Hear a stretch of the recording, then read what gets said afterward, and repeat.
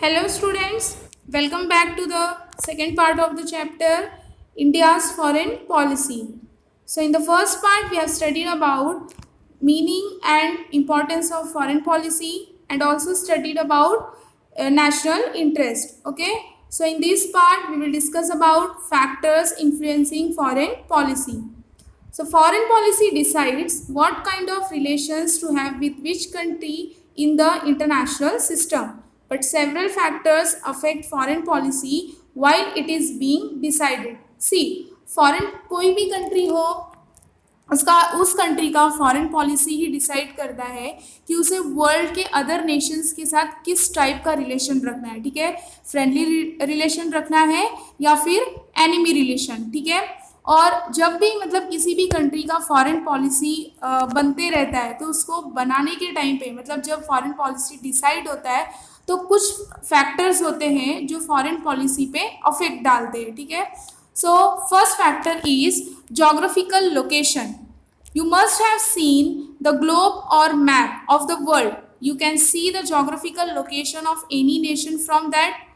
आप सभी ने जो है वर्ल्ड का जो है ग्लोब या फिर मैप देखा है. ठीक है, तो वो मैप के थ्रू ग्लोब के थ्रू कोई भी नेशन का जो है जोग्राफिकल लोकेशन जो है हम देख सकते हैं. ठीक है, some countries are far away from other countries while there are several neighbouring countries around some countries. See, जब भी हम मैप या फिर ग्लोब देखते हैं तो हम उससे क्या पता लगाते हैं, हमें किसके बारे में इंफॉर्मेशन मिलता है, कोई भी नेशन का जोग्राफिकल लोकेशन. ठीक है, हम ये देखते हैं कि कुछ कंट्रियाँ जो है कुछ कंट्रीज जो है एक दूसरे के नेबरिंग कंट्रीज है और कुछ कंट्रीज जो है एक दूसरे से फार अवे है. ठीक है, लाइक हम अपनी कंट्री देखते हैं इंडिया, तो हमारी इंडिया जो हमारी जो कंट्री है तो हमारी नेबरिंग कंट्री कौन सी है, जैसे कि चाइना, पाकिस्तान, ठीक है, बांग्लादेश, म्यांमार. ठीक है, तो ये हमारी नेबरिंग कंट्रीज है. जब भी हम इंडिया का मैप जब भी देखेंगे या फिर ग्लोब देखेंगे तो उसमें जो है हम अपने हम अपने कंट्री के जो है नेबरिंग कंट्री को भी देख पाएंगे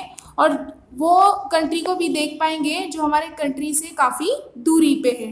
ठीक है, some nations have a long coast line while some have plenty of mineral wealth.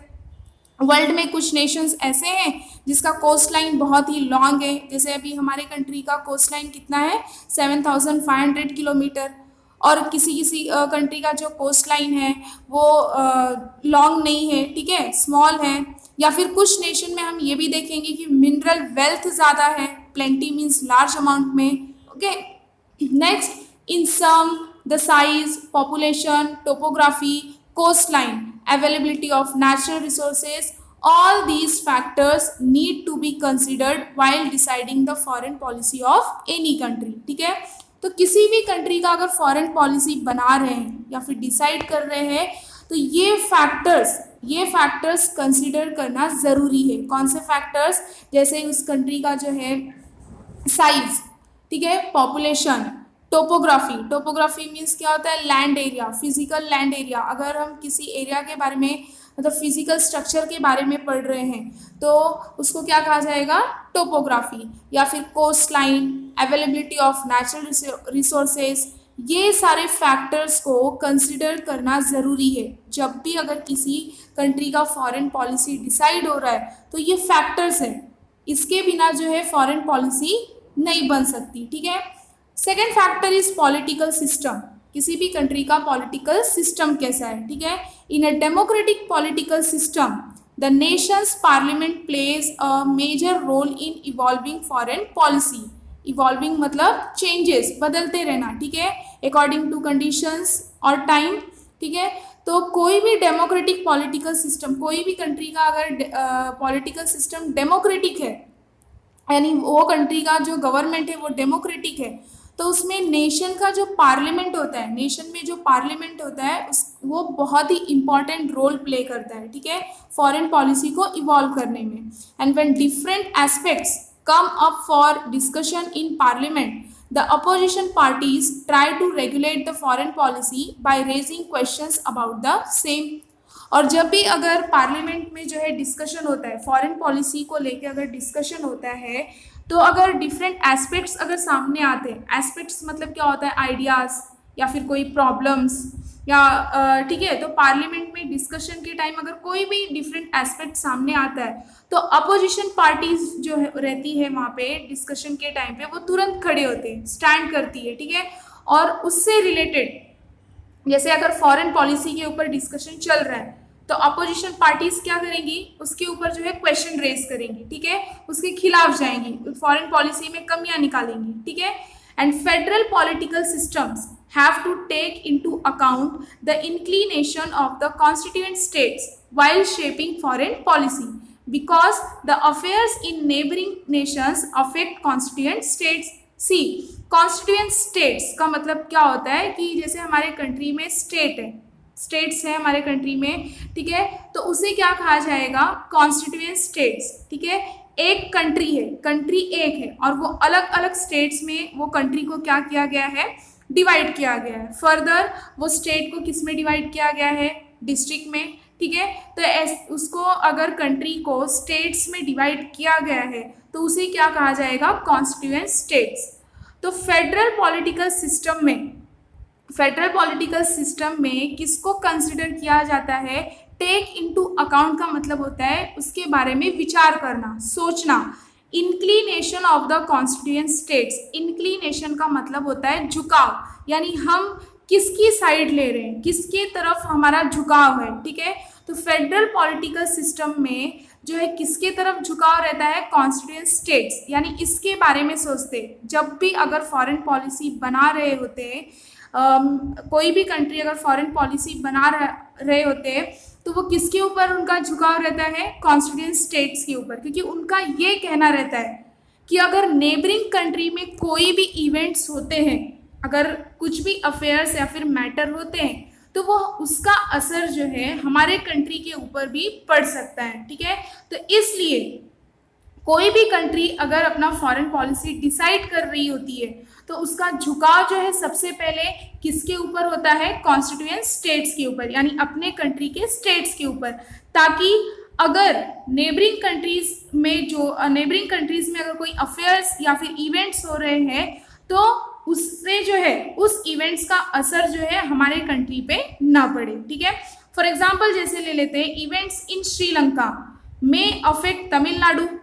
अगर श्रीलंका में कोई इवेंट्स होता है, कोई घटना घटती है तो उसका अफेक्ट जो है किसके ऊपर पड़ेगा, तमिलनाडु, क्योंकि ये दोनों जो है नेबरिंग कंट्रीज है। एंड दोज इन बांग्लादेश में affect West Bengal and the north east Indian states. और अगर कोई इवेंट बांग्लादेश में होता है तो उसका असर जो है किस पे पड़ सकता है, वेस्ट बंगाल और दूसरे जो नॉर्थ ईस्ट इंडियन स्टेट्स है, ठीक है। तो next factor is political system. तो अगर फॉरेन पॉलिसी शेप करना है, फॉरेन पॉलिसी कोई भी कंट्री का डिसाइड करना है तो पॉलिटिकल सिस्टम भी जो है फैक्टर्स है जो फॉरेन पॉलिसी के ऊपर असर डालता है, okay. Next, why should this be done? The peace and stability in the neighboring countries is as important as that within our own country. Hence, India has to take efforts to create democracy in neighboring countries. See, जैसे कि अगर हमारे country का अंदर जो है, हमारे country के अंदर पीस और स्टेबिलिटी जितना इम्पॉर्टेंट होता है उतना ही नेबरिंग कंट्रीज में भी जो है इम्पॉर्टेंट होता है, क्योंकि नेबरिंग कंट्रीज में अगर शांति नहीं रही, नेबरिंग कंट्री अगर स्टेबल पोजीशन पे नहीं है तो उसका असर जो है हमारे कंट्री पे भी पड़ सकता है। इसलिए हमारी कंट्री जो है, इंडिया जो कंट्री है वो एफर्ट्स ले रही है, मतलब मेहनत कर रही है कि हमारे नेबरिंग कंट्रीज में भी क्या क्रिएट हो सके, डेमोक्रेसी, ठीक है। क्योंकि हमारी कंट्री का जो गवर्नमेंट है वो कौन सा है, डेमोक्रेटिक गवर्नमेंट, ओके। इसलिए इंडिया एफर्ट्स कर रही है कि हमारे नेबरिंग कंट्रीज में भी क्या क्रिएट हो, democracy, okay. Next factor is economy. In modern times, the economic condition of any country has acquired great importance in deciding foreign policy. See, हमने फर्स्ट पार्ट में ही पढ़ा था कि डिफेंस के बाद इकोनॉमिक डेवलपमेंट ही जो है सेकेंड नेशनल इंटरेस्ट होता है। तो कोई भी कंट्री हो, एनी कंट्री, जो इकोनॉमिक कंडीशन होता है तो वो उसके लिए जो है एक्वायर्ड करना, मतलब फॉरेन पॉलिसी अगर कोई कंट्री डिसाइड कर रही है तो उसमें सेकंड फैक्टर क्या आता है, इकोनॉमिक कंडीशन, उस कंट्री का इकोनॉमिक कंडीशन अच्छा होना चाहिए. Okay, and as a result the economic impacts foreign policy in 2 ways. तो इसके वजह से जो इकोनॉमी का जो इम्पैक्ट्स है, यानी इकोनॉमी का असर फॉरेन पॉलिसी पे 2 तरीके से पड़ता है. So first one is foreign policy is shaped by the need to establish economic relations with other countries. Import, export, participation in the world trade, all aimed at strengthening the economy of the country. तो foreign policy जो है shape किया जाता है, shape means उसको बनाया जाता है किसकी वजह से, by the need to establish economic relations with other countries. Foreign policy इसीलिए बनाया जाता है क्योंकि कोई भी नेशन ऐसा नहीं है, वर्ल्ड में कोई भी नेशन ऐसा नहीं है जो खुद के ऊपर डिपेंड हो. उसे कोई ना कोई रीज़न की वजह से जो है दूसरे नेशन के ऊपर डिपेंड होना ही पड़ता है. ठीक है, तो दूसरे नेशन के साथ मीन्स वर्ल्ड के अदर कंट्रीज़ के साथ इकोनॉमिक रिलेशन स्टैब्लिश करना, इसकी ज़रूरत होती है. सेकेंड वन इम्पोर्ट और एक्सपोर्ट. जैसे हमारे कंट्री में अगर कुछ चीज़ें जो है ज़्यादा मतलब लार्ज अमाउंट में अवेलेबल है, जैसे कि डायमंड, हमारे कंट्री में डायमंड जो है हाई क्वालिटी का लार्ज अमाउंट में अवेलेबल है. ठीक है, तो वो हम क्या करेंगे, दूसरे कंट्री में जिसको मतलब डायमंड की ज़रूरत है, जहाँ पे डायमंड जो है कम पाया जाता है, तो वो हमारे कंट्री से लेगा. ठीक है, तो ऐसे ही इंपोर्ट और एक्सपोर्ट. नेक्स्ट है participation in the world trade, यानी वर्ल्ड ट्रेड यानी हर एक कंट्री के साथ व्यापार करना, ट्रेड करना. तो ये हुआ participation in world trade. All aimed at strengthening the economy of the country, क्योंकि वर्ल्ड के जितने भी नेशन हैं वो सारे नेशन का एक ही एम है कि अपने कंट्री के इकोनॉमी को क्या करना, स्ट्रांग बनाना. Okay, in today's world the issues of economic security are as important as national security. मतलब आज की दुनिया में, अगर टुडेज वर्ल्ड मतलब आज की दुनिया में अगर देखा जाए तो जैसे नेशनल सिक्योरिटी इम्पॉर्टेंट है वैसे ही इकोनॉमिक सिक्योरिटी का भी इशू जो है इम्पॉर्टेंट है. ठीक है, and a country is recognised to be powerful in proportion to the economic security is enjoys. अगर कोई भी कंट्री पावरफुल नेशन के नाम से जानी जाती है, रिकग्नाइज मतलब पहचान, अगर कोई भी नेशन हो, अगर वो उसकी जो पहचान है तो वो पहचान कैसी है कि वो नेशन पावरफुल है. तो जो नेशन पावरफुल है तो वही अच्छी तरीके से जो है अपना इकोनॉमिक सिक्योरिटी एंजॉय कर सकता है. Okay, countries having a strong economy are less dependent on others. कोई भी कंट्री हो, अगर उसका इकोनॉमी एकदम स्ट्रांग है, मजबूत है, तो वो दूसरे कंट्री के ऊपर कम डिपेंड रहेगा. ठीक है, and they can have an independent foreign policy as well. और उस कंट्री के पास अपना खुद का जो है इंडिपेंडेंट फॉरेन पॉलिसी भी हो सकता है. ठीक है, लाइक जैसे अभी हमारे पीएम ने, प्राइम मिनिस्टर मोदी जी ने क्या कहा कि आत्मनिर्भर बनो. ठीक है, कि ज़्यादा से ज़्यादा मतलब जितना हो सके खुद के ऊपर डिपेंड रहो. तो इससे क्या होगा कि हमारी जो इकोनॉमी है, हमारे कंट्री की इकोनॉमी जो है वो स्ट्रांग बनेगी और हम दूसरे कंट्री के ऊपर जो है कम डिपेंड रहेंगे. Okay, next factor is national leadership. The president, the prime minister, the foreign minister, the defense minister, the finance minister and the home minister have a role in deciding foreign policy. See, जब foreign policy जब बनता है, मतलब foreign policy जब decide किया जाता है country का, तो उसमें ये जो मिनिस्टर्स हैं इनका इम्पॉर्टेंट रोल होता है. ठीक है, और वो मिनिस्टर्स कौन से होते हैं, प्रेसिडेंट होते हैं, प्राइम मिनिस्टर है, फॉरेन मिनिस्टर है, डिफेंस मिनिस्टर है, फाइनेंस मिनिस्टर है and the home minister. Okay, and the persons holding these positions यानी कोई भी पर्सन ये पोजीशन जो होल्ड करके रखता है, जैसे कोई प्रेसिडेंट है या फिर प्राइम मिनिस्टर है, फॉरेन मिनिस्टर है, डिफेंस मिनिस्टर है, तो वो क्या करता है, try to maintain the continuity in foreign policy and to improve upon it. ठीक है, तो जो भी पर्सन इस पोजीशन को होल्ड करके रखता है तो हमेशा किस कोशिश में लगा रहता है, क्या ट्राई करते रहता है कि फॉरेन पॉलिसी की जो कंटिन्यूटी है वो मेंटेन रह सके, यानी बरकरार रह सके, और उसमें अगर कुछ इम्प्रूव करना है, फॉरेन पॉलिसी में जो इम्प्रूव करना है वो कर सके। तो वो कौन कर सकता है? या president, prime minister, foreign minister, ये सब जो मिनिस्टर्स होते हैं ये, क्योंकि फॉरेन पॉलिसी डिसाइड करते समय ये जो है ये मिनिस्टर्स एक इम्पॉर्टेंट रोल प्ले करते हैं। Okay, for example Pandit Jawaharlal Nehru contributed the policy of non-alignment to India's foreign policy। ठीक है, जो जब फॉरेन पॉलिसी, हमारे इंडिया का फॉरेन पॉलिसी डिसाइड किया जा रहा था तो पंडित जवाहरलाल नेहरू ही थे जिन्होंने कौन सी पॉलिसी अडॉप्ट की थी? नॉन अलाइनमेंट का।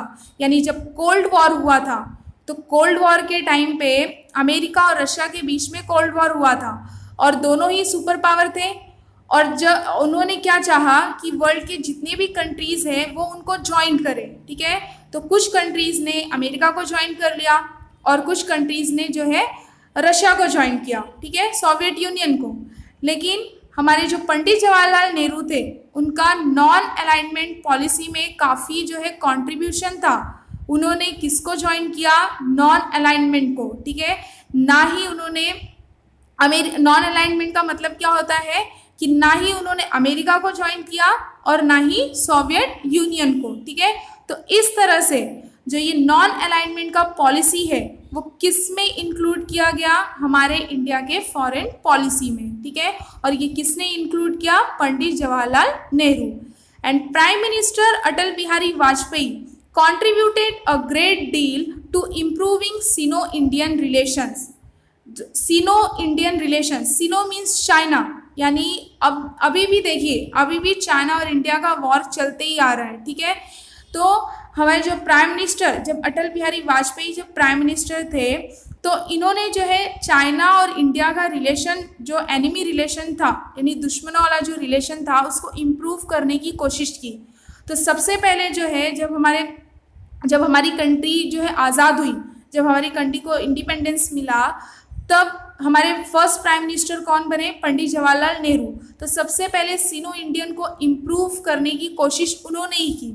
नेक्स्ट किसने किया? मतलब उनके नक्शे कदम पे चलने वाले राजीव गांधी जब प्राइम मिनिस्टर बने तभी भी उन्होंने जो है सिनो इंडियन रिलेशन को इम्प्रूव करने की कोशिश की थी। ठीक है, तभी भी नहीं हो पाया। और जब प्राइम मिनिस्टर अटल बिहारी वाजपेयी, इन्होंने जो है अगला कदम बढ़ाया। ठीक है, सिनो इंडियन रिलेशन को इम्प्रूव करने का।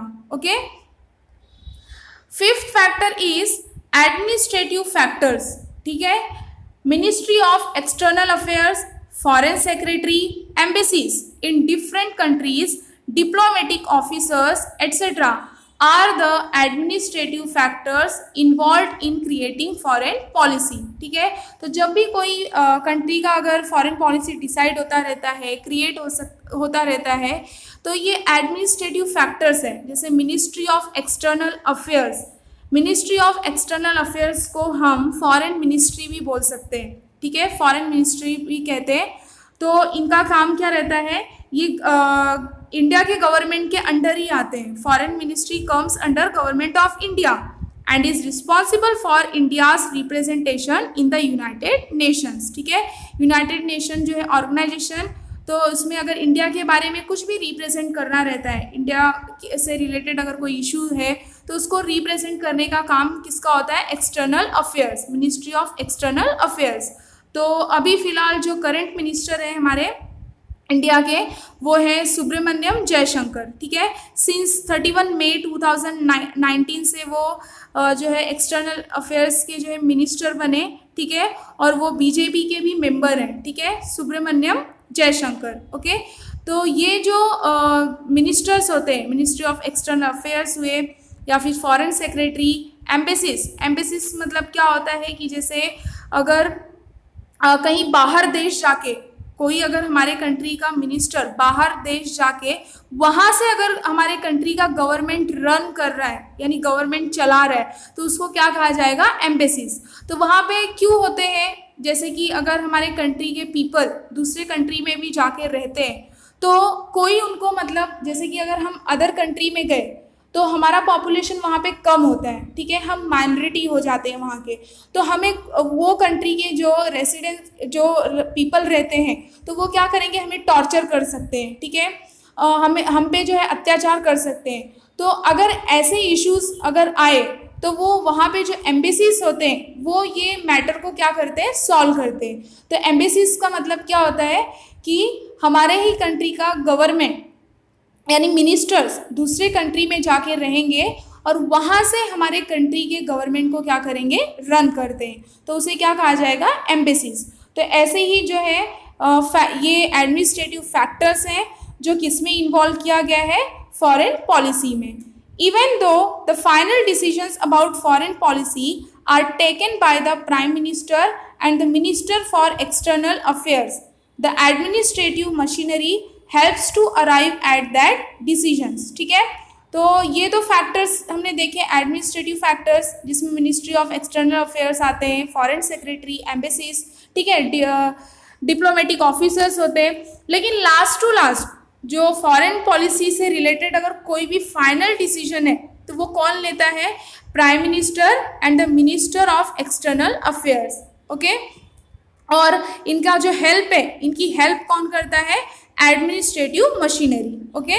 And the administrative officers collect information needed to shape the foreign policy, analyse it and give appropriate advice based on it. The National Security Advisor also completes this task. See, administrative officer का क्या काम रहता है कि information collect करना कि foreign policy से related मतलब क्या अच्छा है, उसके लिए फॉरेन पॉलिसी के लिए क्या ख़राब है, तो उससे रिलेटेड कोई भी इंफॉर्मेशन कलेक्ट करना वो किसका काम होता है, एडमिनिस्ट्रेटिव ऑफिसर्स का। और इन्फॉर्मेशन कलेक्ट करने के बाद वो इन्फॉर्मेशन वो क्या करते हैं, एनालाइज करते हैं, उस पर जांच पड़ताल करते हैं, इन्फॉर्मेशन की जांच पड़ताल करते हैं और उसके बाद जो है एप्रोप्रिएट एडवाइस लेते हैं, ठीक है। And national security adviser also completes this task, और जो नेशनल सिक्योरिटी एडवाइज़र होता है वो भी इस टास्क को कंप्लीट करता है, ओके।